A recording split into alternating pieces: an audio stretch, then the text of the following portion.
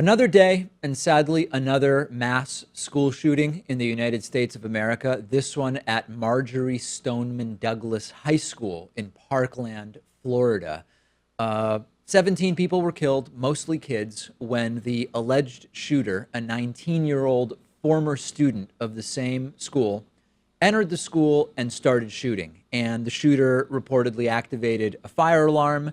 He was wearing a gas mask. He had smoke bombs that he was tossing. He also had an AR-15 style rifle and lots of ammunition. And after the shooting took place, he at least temporarily avoided being captured by police by blending in with students who were running away, but he was eventually tracked down and arrested. And this is an individual who passed a background check and had purchased an AR-15 style weapon legally.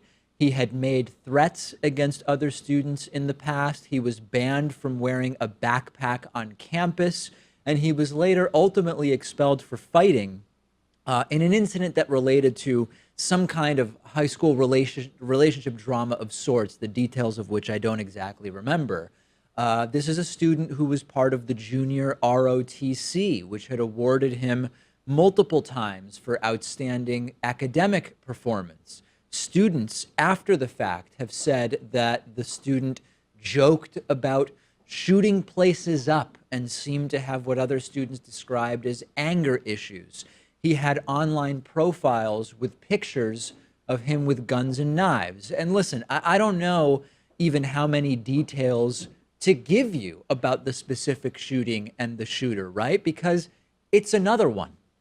It's another one of these horrible shootings with, as is often the case, legally purchased guns. And this incident now gets a ton of attention. But of course, the bigger picture numbers are absolutely horrifying, and most of the incidents don't get any attention, right? We've had over 6,500 gun violence incidents this year so far. It's mid-February, and we've had over 6,500 incidents. We're desensitized to the numbers. Over 1,800 gun-related deaths in 2018 so far. More than 3,000 injured by incidents of gun violence during this year. 69 kids under age 11 have been killed this year. I'm not talking about the last 2 years or 5 years or 10 years, just in the first 6 weeks of 2018. 12 to 17-year-olds, over 300 killed. We've had 30 of what you would call mass shootings, plus over 200 of what are sometimes called accidental or unintentional shootings. Others, I like to call them negligent discharges of firearms, which should be treated as such criminally. And of course, right when one of these incidents happens, like the one yesterday at Parkland, Florida, we start hearing it's not the time to talk about gun control.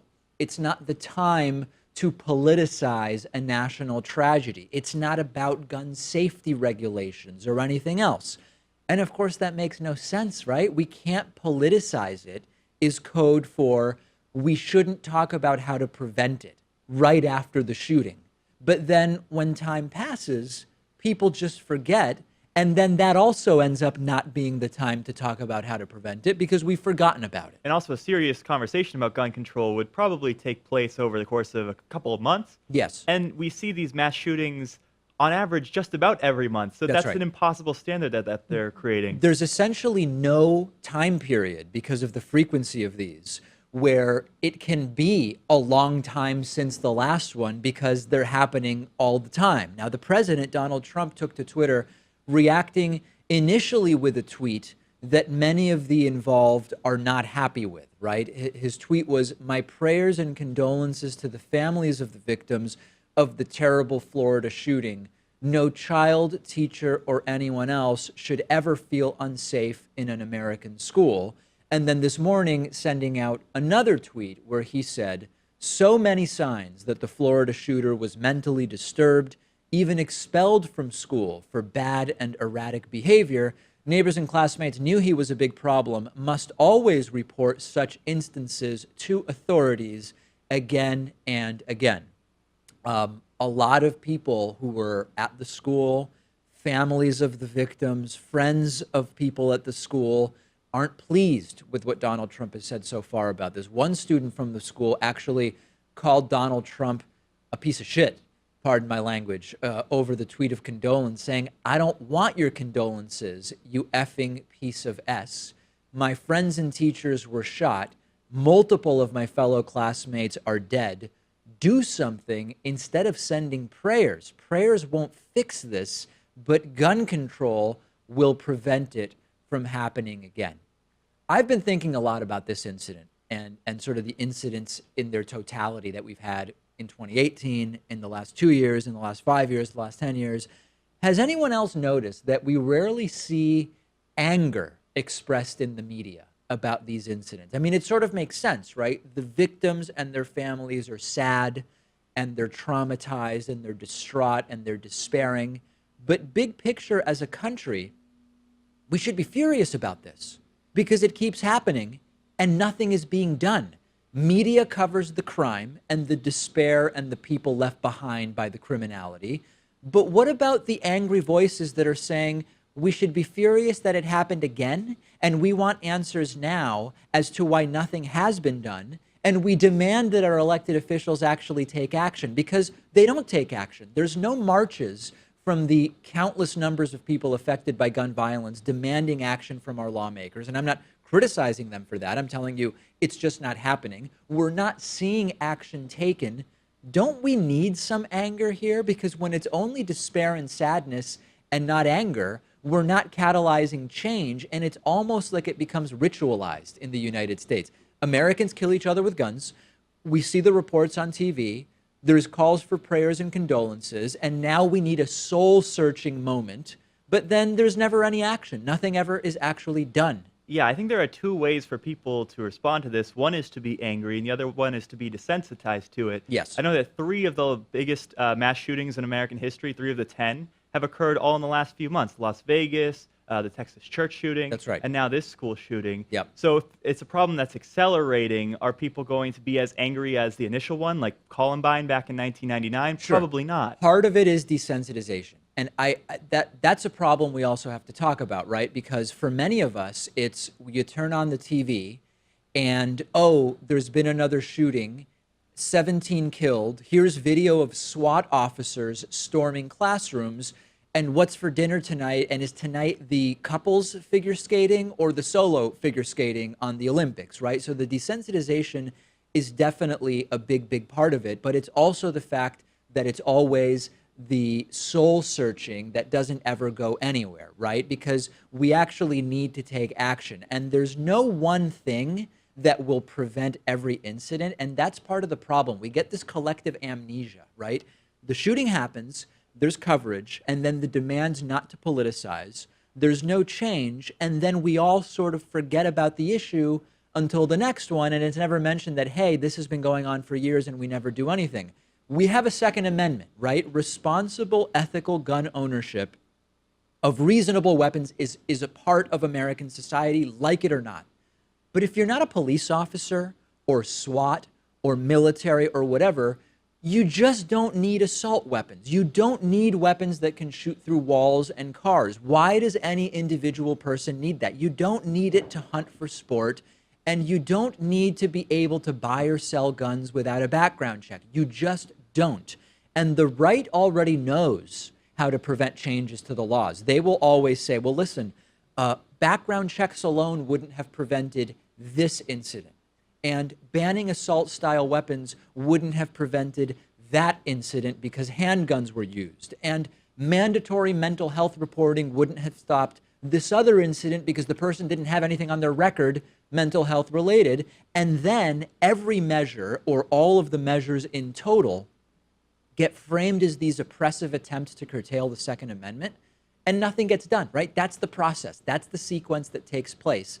And how is it that a huge part of our population has conceded that you just can't prevent it? That's the attitude of a lot of people. The desensitization combined with the resignation gets people to say, we just can't stop it, when we're the only modern developed country in the world that has this problem to this degree. How is it possible that we can't stop it? Plus, we know about the loopholes and the problems with our vetting system. So, Yeah. like this individual in particular, he was expelled for fighting at school. That should have raised some red flags. probably should not have passed that background check and should not have been able to have access to those weapons. Well, that depends on how the background check system is structured, how so-called mental health checks are set up. And I hate to break it to you, but as far as background checks go, if we couldn't pass universal background checks with Obama in office after the Sandy Hook shooting, with 85 to 90% support from Americans for them, it is going to be damn near impossible to get anything done, because we have this sick thing in this country where people's entire identities, personal identities, political activism identities, it's all tied up in the idea of owning guns, and for some, the reality of owning guns as well. Millions and millions of dollars are raised around the idea that someone, usually a Democrat, but if it's a non-white Democrat, even better, they are going to want to take your guns. And of course, under President Obama, the opposite happened, more gun sales than in so much time. And I'm not saying that nobody wants change, right? Because look at the polling. After Sandy Hook, as I mentioned, overwhelming support for 100% background checks. Close to 90% still couldn't get it done. And it's just not happening in other countries in this way. So are we admitting that we can't fix it? Are we admitting that we prefer this number of shootings as long as we can keep our guns in the way that the Second Amendment fetishists want? Because if that's what we're doing, that's sick. And if you want to really think about how bad it's gotten, go back to the desensitization. Yesterday, after you found out about this, what did you do? And I'm not saying you did anything wrong, because I did the same thing. I turned on Olympic ski jumping and thought, wow, they go 80 miles an hour down the hill. That is part of the problem. It's hard to hold on to hope, especially given the fact that after Sandy Hook, when a classroom of 6- and 7-year-olds were gunned down, the Congress and the president weren't able to do anything because there just wasn't enough support there. If it wasn't able to happen in that instance, could it happen in this one? I doubt it. I have the same skepticism, sadly, and there's not even a desire for it. That's part of the problem, that, yes, overwhelmingly, the background checks had big support, and it still wasn't done because the elected officials we have weren't going to do it, and we could point to lobbyist influence, money in politics, whatever else. But when you get back from background checks, which is relatively uncontroversial at the popular, sort of at the national level by voters, how are you going to restrict guns or make any of these other big changes when even the things that are sort of low-hanging fruit aren't happening? It's absolutely disgusting, and we're going to be talking about more.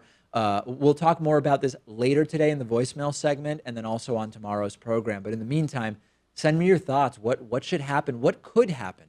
I'm on Twitter at @Pakman, and the show is on Twitter at David Pakman Show. The video you just finished watching was made possible by you through the membership program. You can sign up for membership at davidpakman.com/membership. We are viewer-supported independent media. You can use the coupon code IVoted17 for a 40% discount off of your membership.